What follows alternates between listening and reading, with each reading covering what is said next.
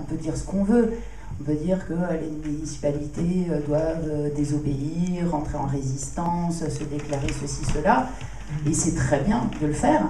Sauf qu'en fait, à un moment donné, voilà, quand on est à la tête d'une ville, eh ben, on est aussi pris dans le maillage, qui est un espèce de truc un peu gluant, quoi, des questions budgétaires, des questions législatives, économiques, etc.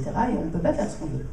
Et donc, on est face à tout un réseau de contraintes qui, assez rapidement, de facto, font retomber un certain nombre d'ambitions. Et ça, je le dis, on est, pour moi, ni dans le jugement moral, ni on est juste dans un état de fait et dans une question de lucidité, et qu'il faut regarder en face. Il faut les regarder en face parce que sinon, en plus, on provoque des déceptions, des rancœurs, etc. Et je crois qu'il faut être très lucide avec ça. Et pour moi, ça ne veut pas dire qu'il faut déserter le champ institutionnel. Ça veut simplement dire qu'il faut y aller en étant lucide, effectivement, sur les marges de manœuvre, et du coup, en étant lucide sur le fait que la voie institutionnelle ne peut pas fonctionner si elle se coupe des autres voies, justement, et des autres modes d'action. La voie institutionnelle, c'est un des leviers que nous avons parmi toute une panoplie de leviers. C'est probablement celui auquel on est le plus habitué. C'est voilà, la vitrine institutionnelle, elle est quand même plus facile et plus familière à la plupart des gens. Mais en réalité, il y a plein d'autres manières d'agir sur la société.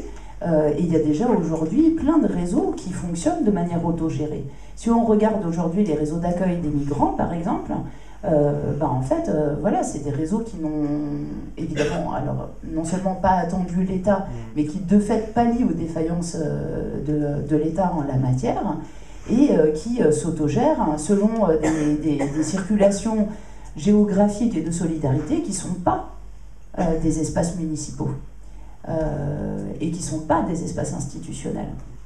Quand on regarde ce qui se passe en matière de cantines autogérées collectives, en matière de caisses de solidarité, on le voit en ce moment avec le mouvement de grève, etc. Voilà des choses qui sont purement autogérées et qui ne relèvent pas ni de la municipalité, ni d'aucune autre institution.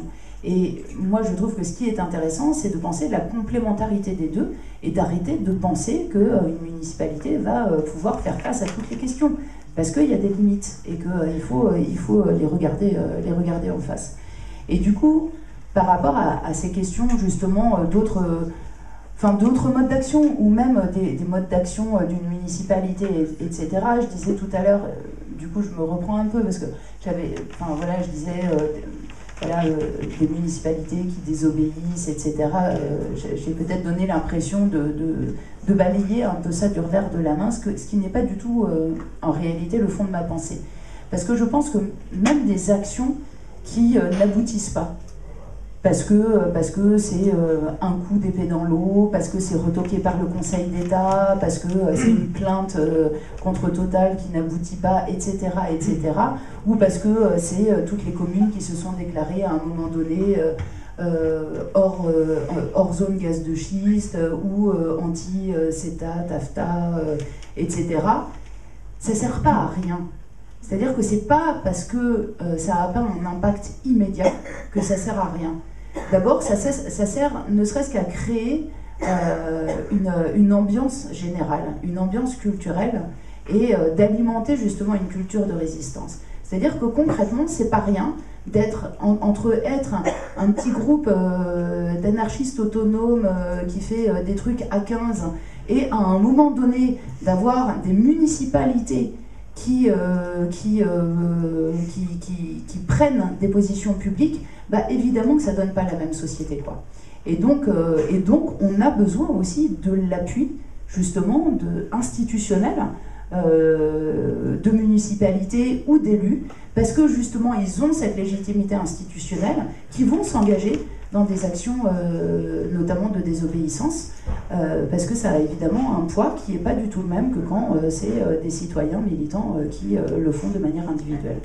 Donc voilà, et c'est aussi ça qui permet justement de participer de la bataille culturelle et de contrer un peu cette hégémonie culturelle qui fait que personne ne va actionner les référendums, quoi. C'est-à-dire que concrètement, voilà, on peut se dire ce qu'on veut dans cette salle, mais enfin, on est quand même dans une société où, globalement, la grande majorité des gens, en fait, comprendraient même pas de quoi on est en train de parler, quoi. Sont dans un univers qui n'est absolument pas celui-ci, qui est dominé par ce que les médias dominants, le JT télévisé, etc., fournissent en termes d'information. Et donc, tout ce qu'on peut faire pour aller justement dans ce sens-là, ça fait que on aura peut-être davantage de personnes, effectivement, qui participeront, quand ils ont la possibilité de le faire, à émettre un avis et à essayer de prendre part aux décisions, ce qui aujourd'hui n'est pas le cas, parce qu'on est dans un environnement qui fait tout pour que ce ne soit pas le cas.